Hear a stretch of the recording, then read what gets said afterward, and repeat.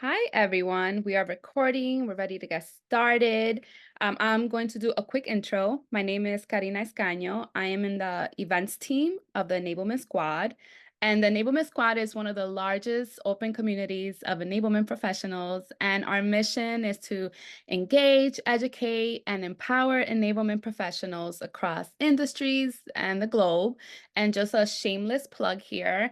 If you want to join us, please go to enablementsquad.com and you're able to fill out like this quick form to join. It's like a yellow button right on the top right. It says join us. That way you can be informed of all the upcoming webinars that we will have throughout the year. And we're also hosting hackathons throughout the year in various cities in the US and even Canada. So be on the lookout for that. But why are we here today? So we're here today to talk about an exciting topic, which is AI and enablement in the enablement space. And this webinar is actually in partnership with the Revenue Enablement Society. Their current website is secociety.org. And we're here with Thomas and Coach K to share their expertise in AI in the enablement space. And I will let y'all introduce yourselves. Thomas, let's start with you, please. Yeah, thank you for having me here. I always, think it's a blessing to share my knowledge with others and just give back to the community. I've had a lot of strong mentors, or amazing mentors rather, when I was first getting into enablement. So I'm more than happy to continue paying it forward. So quick introduction about me. My name's Tom Cherian. I'm currently the Director of Revenue Enablement and Ops at Rattle. On top of that, I'm an adjunct professor at the City College of New York. And if I have any time left over, I'm the father of two girls, a 6-year-old and an 8-year-old, first grade and third grade. So I don't know how I'm juggling all these things, but I think AI is helping me on some level. Like it is helping me to co-parent with my kids. So I will I will lead by example there. Nice. Thank you for joining us. Thank you for finding time to join us. We really appreciate it. Well, like I told Tom in our prep meeting, I'm the Robin to his Batman. So I'm just here to help add some whatever flavor I can to Tom. And then for those who don't know me, I'm currently I'm going to put my desk up so I can stand and talk. Currently the head of revenue enablement and product marketing at Symmetric, and I also am the founder of GTM Academy. And I've just been super passionate about AI for the last couple of years since I got introduced to it. Kind of randomly, a company bought an AI tool that I had to help enable a couple of years ago, and ever since then been nerding out with some of the people. And then this last year was like, okay, my opinion is enablement should be leading the charge with using AI with different GTM teams, which is why I'm really passionate about the subject. And I've loved everything that Tom's done. There's a ton of good content out there. And so if I can hopefully add anything, that's the goal. Is hopefully do something helpful. Awesome. And thank you for joining us. And thank you for finding time to join us. I love your Yeah, name, Coach K. That means I can take it if in the future I want to be called Coach. But it's you okay. can take it. I will dub it to you. Thank you. I appreciate that. Yeah. So I did collect questions ahead of this call. But if y'all have any questions, I will be monitoring the chat. So please send them over. And I will start off with a question just to get the conversation going. We have here. So what specific areas of revenue enablement can benefit most from AI and automation? Whoever wants to start it off, please. John, you want to go first or shall I? Batman, go ahead.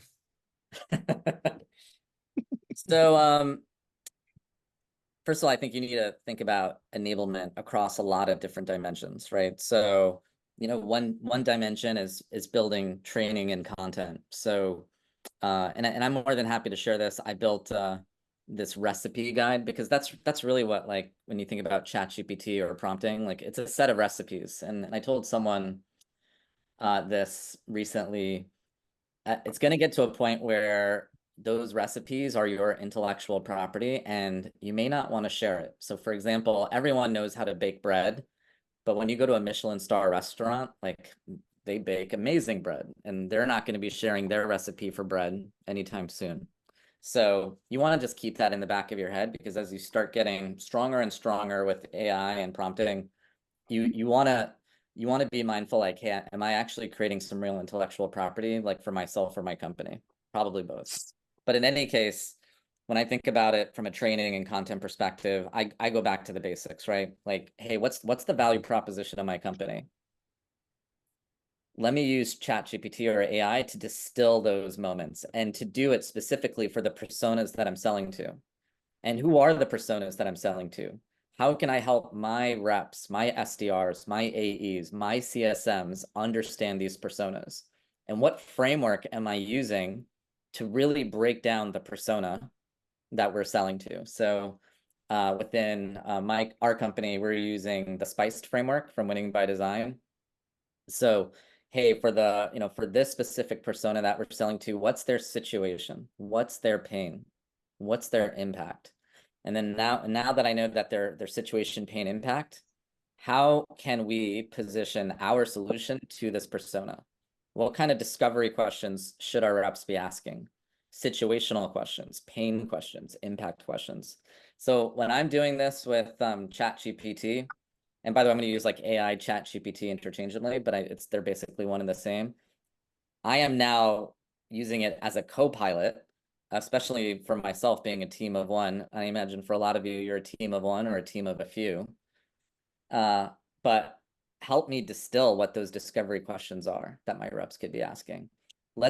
And then let's do it on the flip side. What kind of objections can this persona be asking us? And so, the other side of the coin is like, hey, how can I use ChatGPT or AI to deliver better training or to facilitate better training? So I'll share the prompt with you in the chat, but one of the prompts I created, I call it the objection game, where I give ChatGPT the context of our company, the persona that we're selling to, and that, hey, I want to get 100 objections from 1 to 100 that our reps would get during the discovery stage of our sales process. And our rep is going to pick a random number, and you're going to throw a random objection at that rep. So it's fun, right? So I'll have the rep, be like a team of reps, like 5 to 7 reps. We'll all take turns going through the different kinds of objections that we might potentially get. So someone will pick a random number, 23. I type in 23 into ChatGPT. I get a random objection, and then we're now facilitating the conversation. So I'm trying to teach the reps a few things. One, sales improv, like you just don't know what's going to happen when you're on a live call. And I would do a shitty job if I just gave you the top 3 objections, when the reality is there's like hundreds, if not thousands of objections you could potentially get. Right.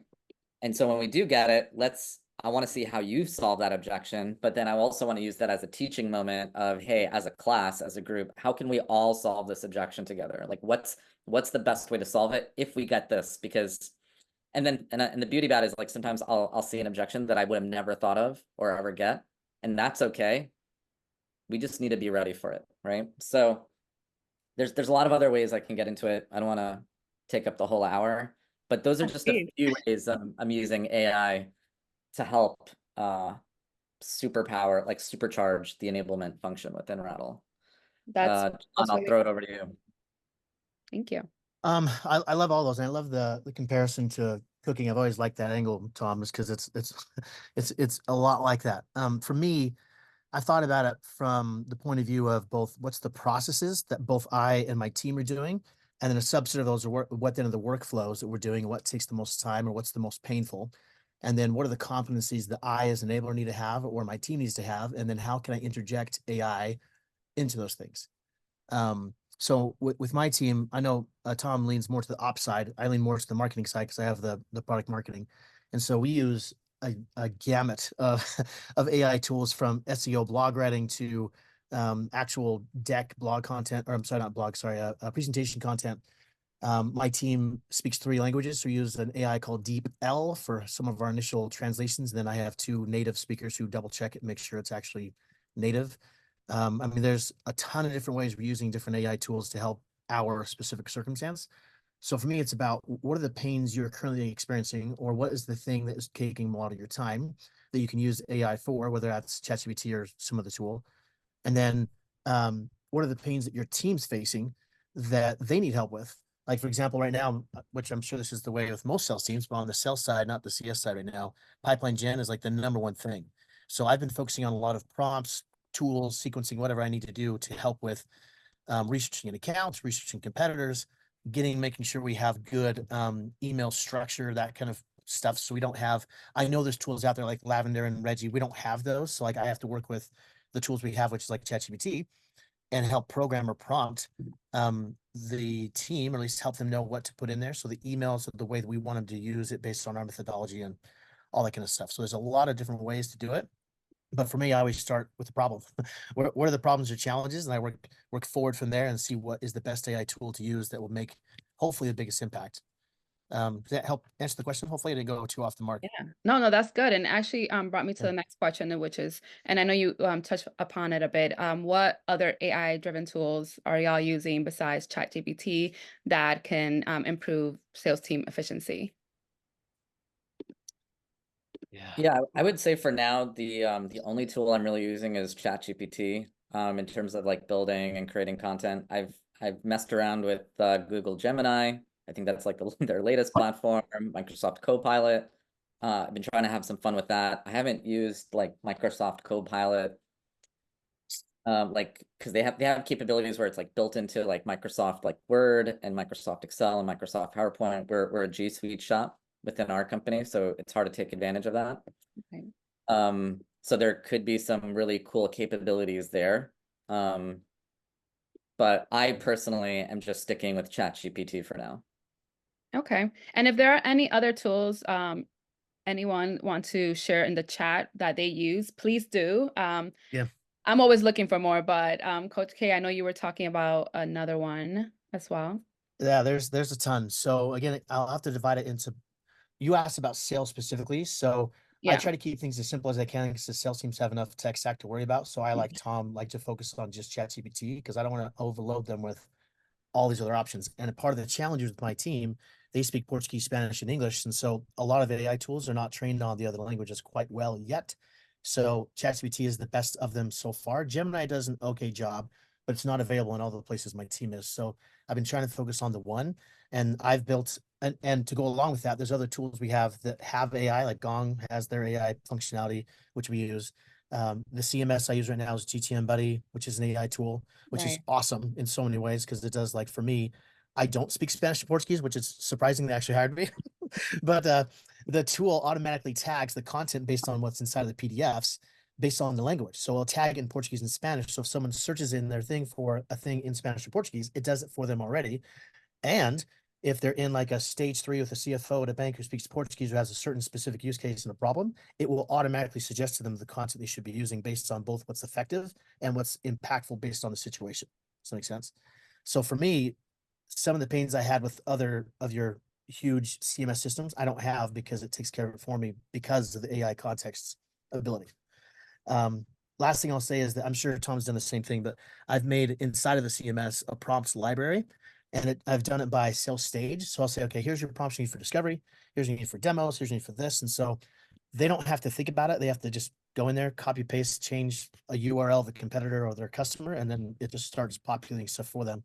And then they have to fine tune it. So the biggest thing I've had to do is train my team more on critical thinking and creatively versus the prompting, because I can help them with prompting, and I don't necessarily want them to be prompt engineers just because, like most salespeople, they just want me to tell them where to go to find this stuff and move on. But I do need them to think critically about what the output is, so they're not just copy pasting a ChatGPT link, that they know that it's that need to be an editor and to make sure it's as good as they can be, or add any flavor they need to with their own personality, you know. So that's been for me. I could talk about tons of other tools for marketing enablement, but for sales, those are the ones I focus on. Yeah, that's super helpful.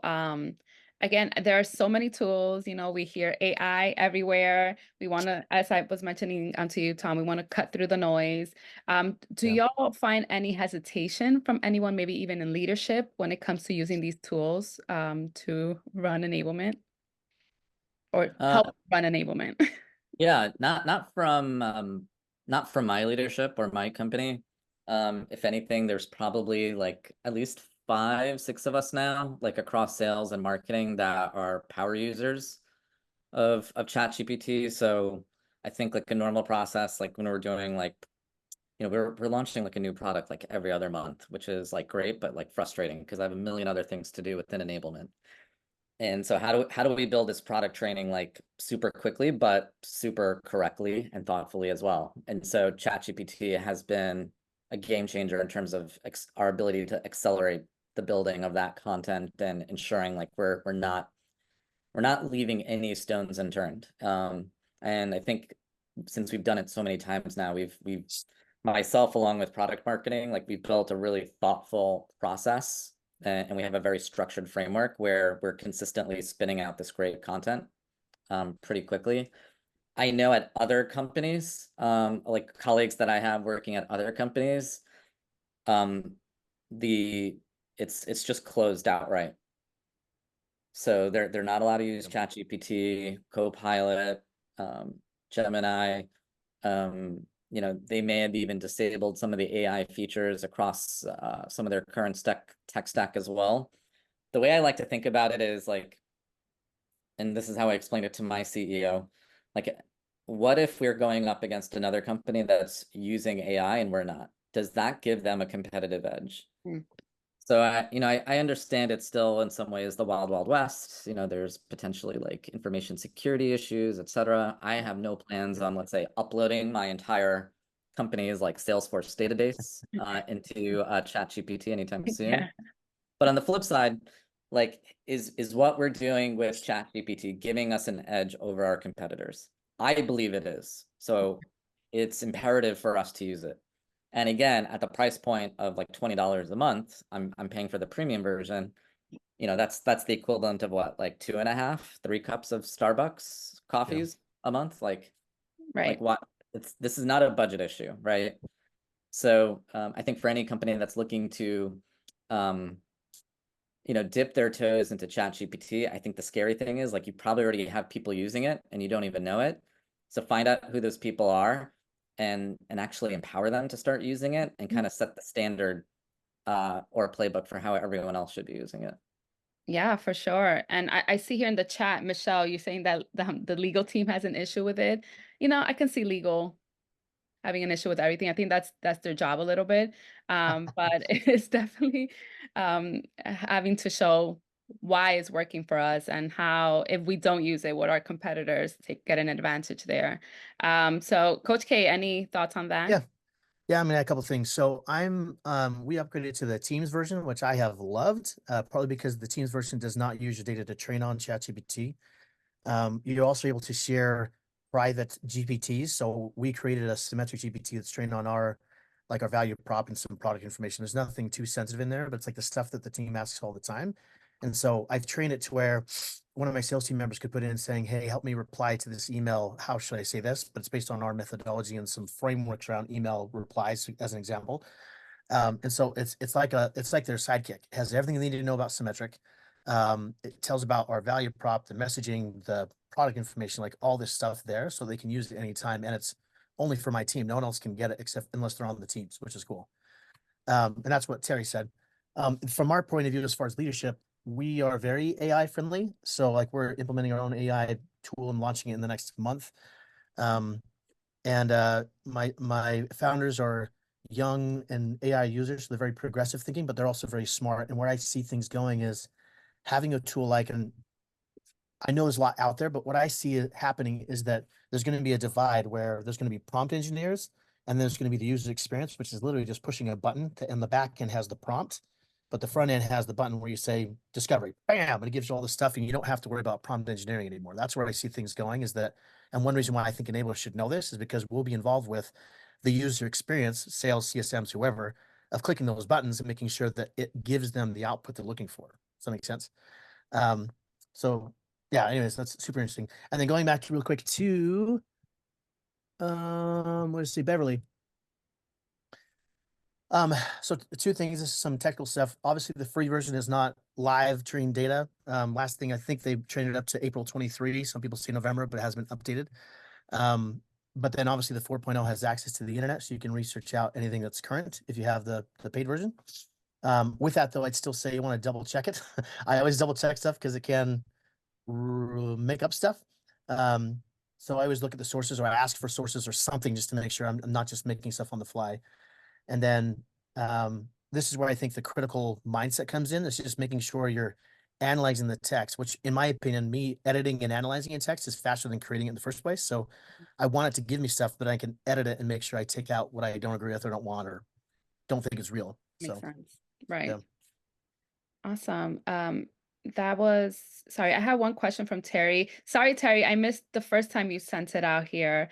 Is prompt engineering tool agnostic, or are there nuances associated with various tools that are coming into play? Can I jump in on that one? Yes, please.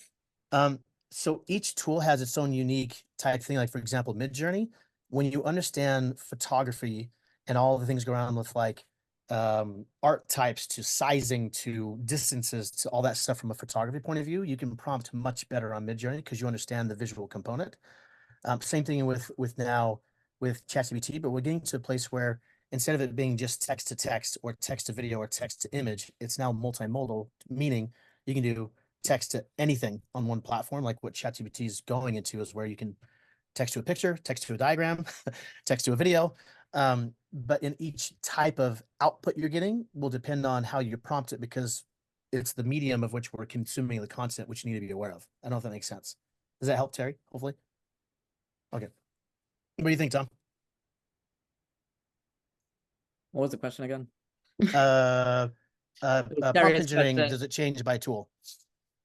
It does. And I think you brought up a good point, John. Like, and it ties back also into like the critical thinking and being able to identify like the output you're getting from ChatGPT or any AI tool. Is it hallucinating or is it giving you the material that you want? But every tool is different. But I think it's really important that when you're using ChatGPT, you have subject matter expertise in the prompt you're using. For example, a few months ago, my daughter was sick. And because I thought, hey, everyone in my family is a doctor except me. So let me just share this now with all of you. I'm the disappointment in my family. I'm No. not a doctor. But let me use ChatGPT to diagnose what the hell's wrong with my daughter. And I got some crazy diagnoses, and she still has the fever. And I'm like, okay, you know what? Screw this. I'm just going to take her to urgent care. And it ended up being something completely different. I shared actually the prompts with the doctor, and he's like, yeah, you're an idiot. Don't. So point of the story is, it's like I have no business using ChatGPT for healthcare. My doctor does, or any doctor does, right? On the flip side, my doctor has no business using ChatGPT for sales training. What the hell does he know or they know about sales training? Absolutely nothing. So they wouldn't know whenever they whatever they prompt to ChatGPT, whether it's good, bad, or indifferent. So I think it ties back with maybe some of the other questions here, like Gabriella posted this, like, is your sales team receptive to using ChatGPT, or, am I using it to drive adoption? I want to do this crawl, walk, run approach with my reps. So right now, I am not pushing my leadership or my reps to give them ChatGPT. Okay. It's like they already have enough problems already trying to master like our company, our pitch, our objections, everything else. What I do want to do instead, though, is like, hey, let me be the curator of AI in terms of like, let me produce what I think is like really great training, content, exercises, etc., and provide that to them. But I want my SDRs to like write their own emails and go through that pain. I want my SDRs to cold call and struggle and fail, because that's how they're going to learn and grow and develop. I can create the best scripts in the world, but if they're just reading from the script, like they're not really building their sales muscle. So I'm very mindful, like, there's something we get when we go through life and we struggle to like when we're trying to learn and take ownership of the things we're trying to to develop and build on our own. There is definitely like a shortcut play with ChatGPT, but am I going to have ChatGPT even write every single email I'm going to use when responding to a prospect, client, or whatever? Definitely not. Right? At least for me, and it could be my fault from a user perspective, but I'm not crazy about every single AI generated email I'm getting. Either when sellers are prospecting me or when I'm trying to just generate it for the fun of it to a prospect in return.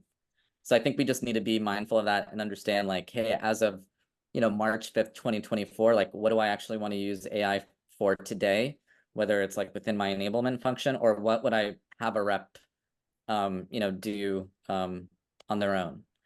On the flip side, I do have reps who are using ChatGPT, and they are using it to help them write their own emails, proposal templates, etc. Great.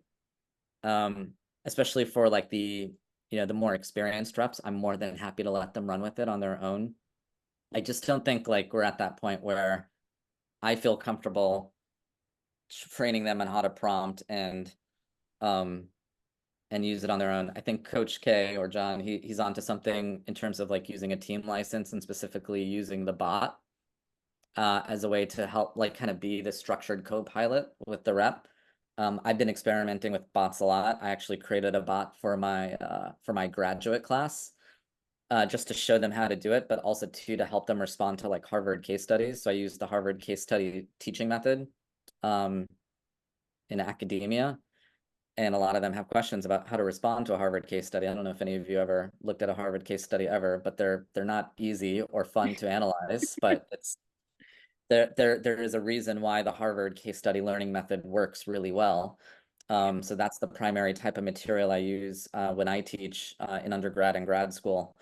But the students need help just figuring it out, and I can't be there for them when they're doing their homework on their own. So I built this bot to help them, kind of be an extension of myself. So that seems to be working, but sometimes it's not. So I'm still learning Figuring it out, right? that world, but I Mhm. think there is this path where these bots that you can build from scratch can actually be an extension of the subject matter experts within your company. John, I don't know if you would want to add anything to that.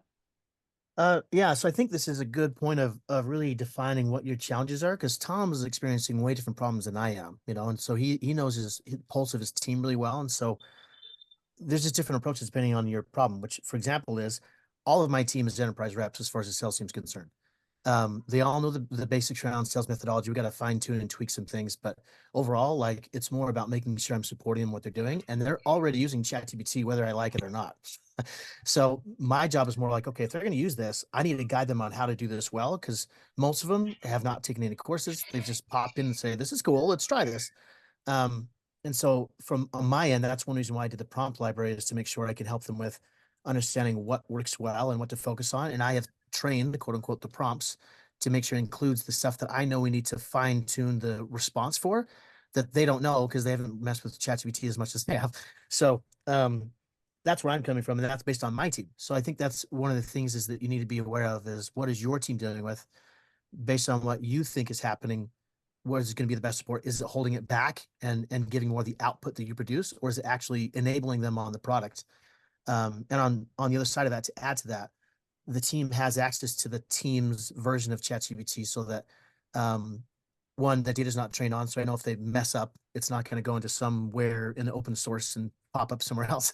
And that it is, I'm able to create GPTs. Like for me in ChatGPT, the coolest thing is I can make like a account research GPT, or I can make a prospecting or an email message. I can make all these GPTs and give it to them. So all they have to do is just put in the account, like my account research GPT for my team.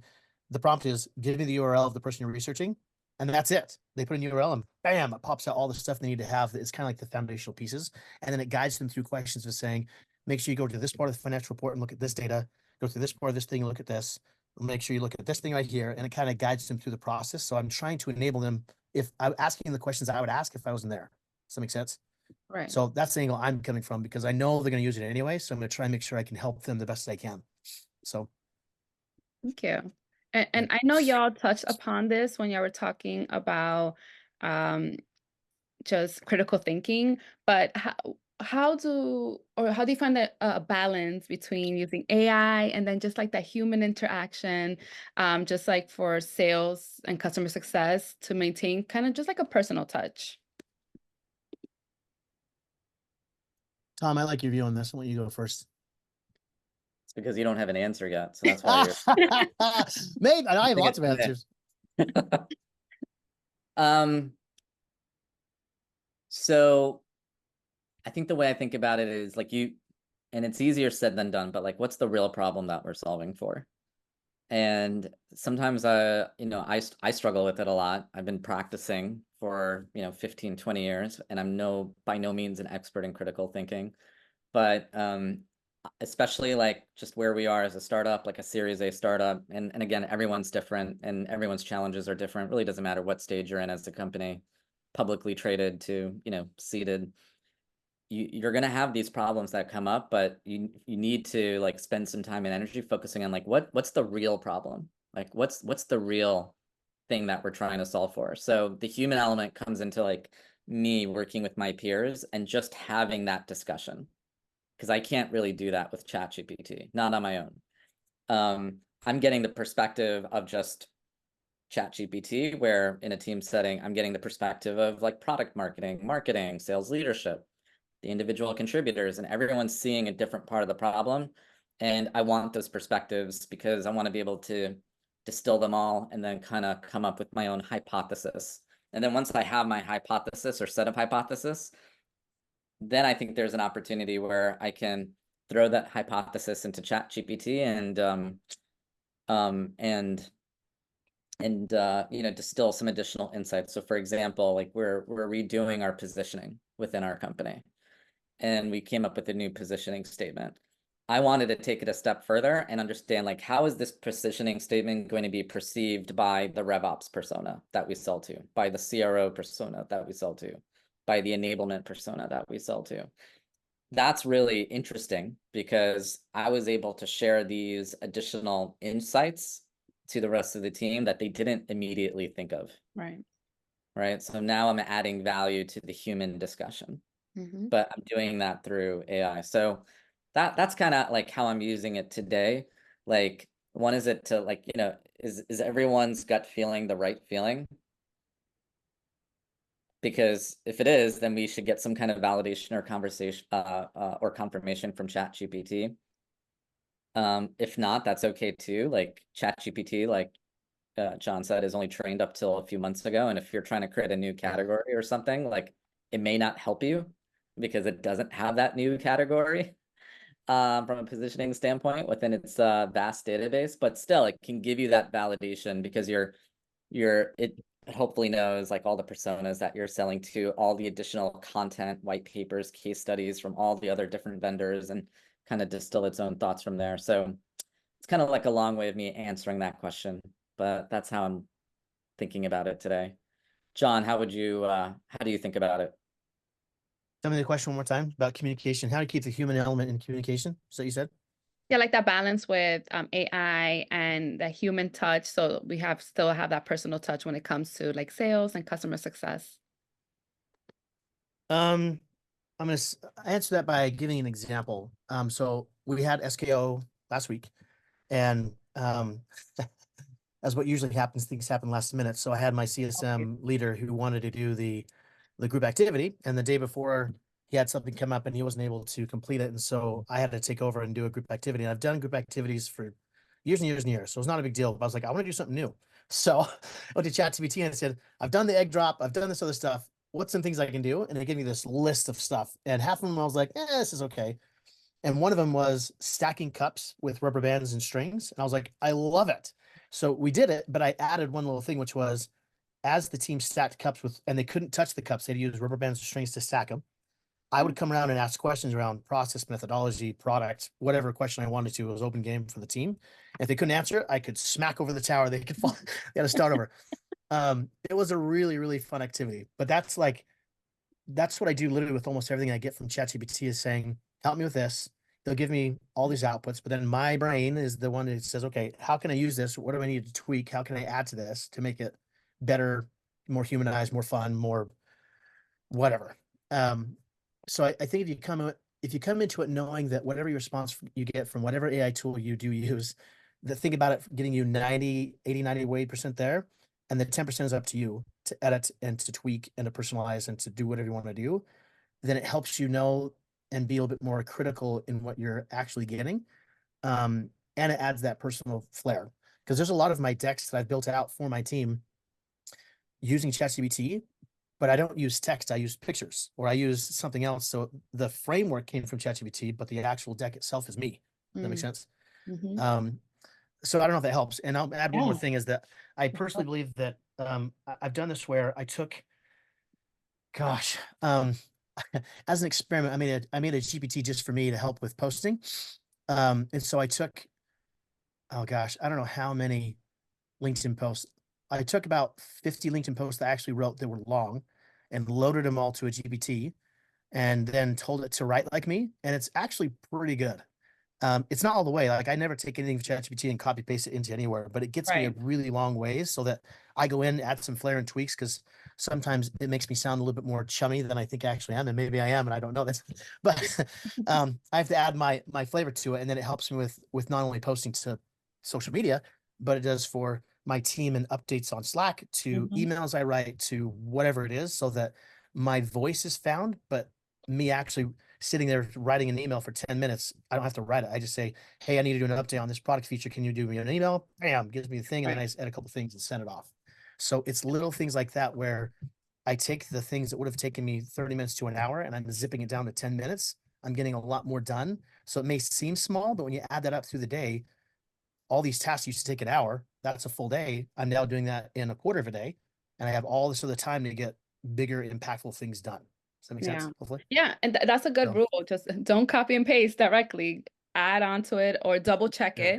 it. My own little story. I asked ChatGPT for I was turning a big birthday. I'm not gonna go there. And I said, give me X amount of things to do before 29.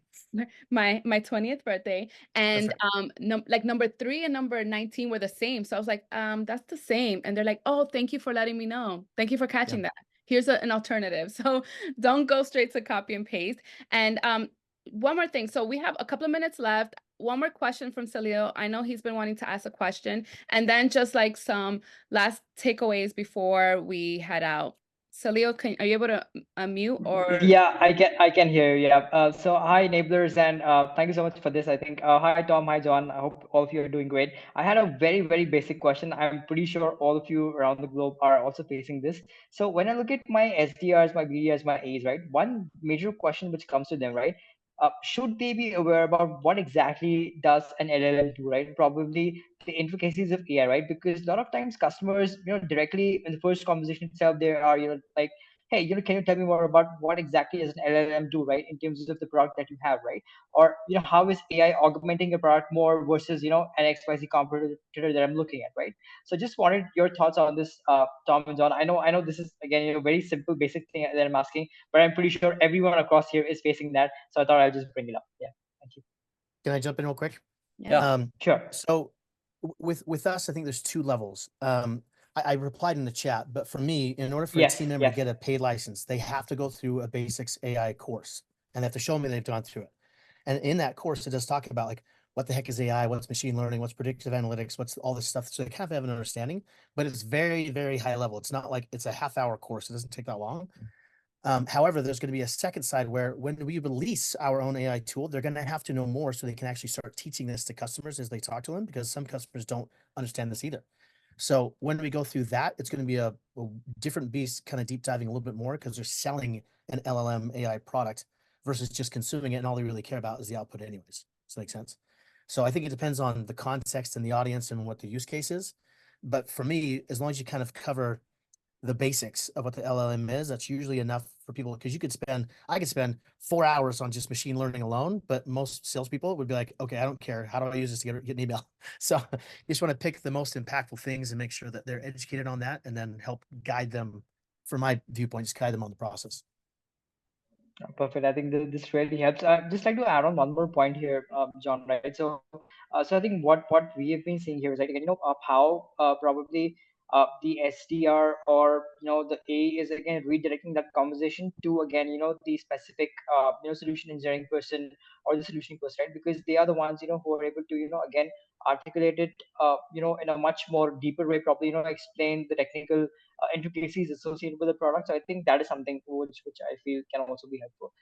But yeah, I think, having said that, whatever you suggested, that looks very good. A very basic course, not more than say 15-20 minutes or max half an hour, giving them the basics of AI and preparing them for those conversations. Thank you so much.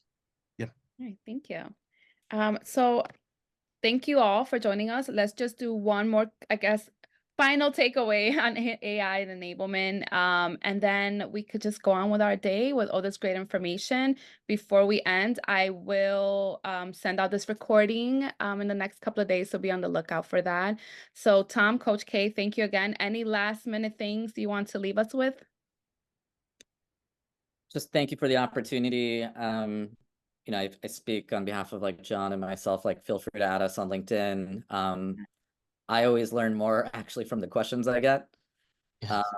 Right. It forces me to think about things that I've may have never thought about before. So if you do have questions or comments about AI, I think you'll find like I think we as a community and as a function are still trying to figure this out. I think we are by no means experts on this. Like we're still scratching the surface.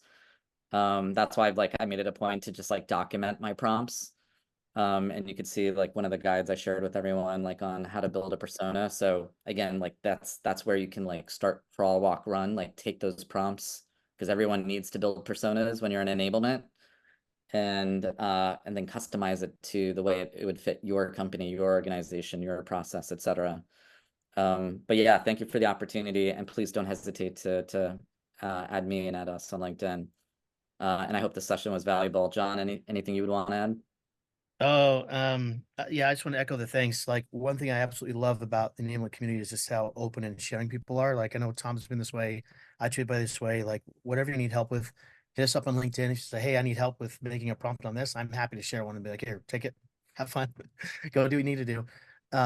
One thing I will say though, is in my opinion, I think that we're coming to a crossroads in our enablement community and space where AI will be either a killer of opportunity, depending on how you define enablement, and it can also be an augmenter or an optimizer of AI enablement. I think we're going to be going less from hands-on stuff to being the curator or the, I don't know how to say this, like the orchestrator of what's happening in enablement, and not necessarily the person doing all the things. we'll be controlling the environment which the people live in that is AI kind of all over the place. That's where I see things going. But it starts with actually using ChatGPT as an example in your own stuff. And if you don't have ChatGPT, need internet, use Gemini. It's already in, it's free. Go to Gemini, use that one. Like there's a lot of good tools out there. I like ChatGPT better just from the logic and response, but I would just say just start. And I'll say this out loud because I think this every time I go into the Slack groups with Enablement Squad or otherwise. When someone poses a question in Slack, whether it's SEC or Enablement Squad, I'm like, did you not go to ChatGPT and ask this question? Because this could have been answered in that place, you know? And it's not a critique. It's just saying like there's ways you can use it with the questions you're already asking. Just see what it gives you. It may not be right, but at least it's something you can work with. And last thing I'll say is this: there's so much good content on LinkedIn. Like for example, Mike Kunkel puts out a ton of really, really good content. You can take and literally copy paste his stuff and then say, ChatGPT, tell me how I can apply this to my work. Bam. And it gives you all that stuff and applies it to your job. So there's stuff like that you can use to smash concepts together and help you in real time with content that's already out there that's free. So it's stuff that you don't have to stress too much about. Just start trying, just use it.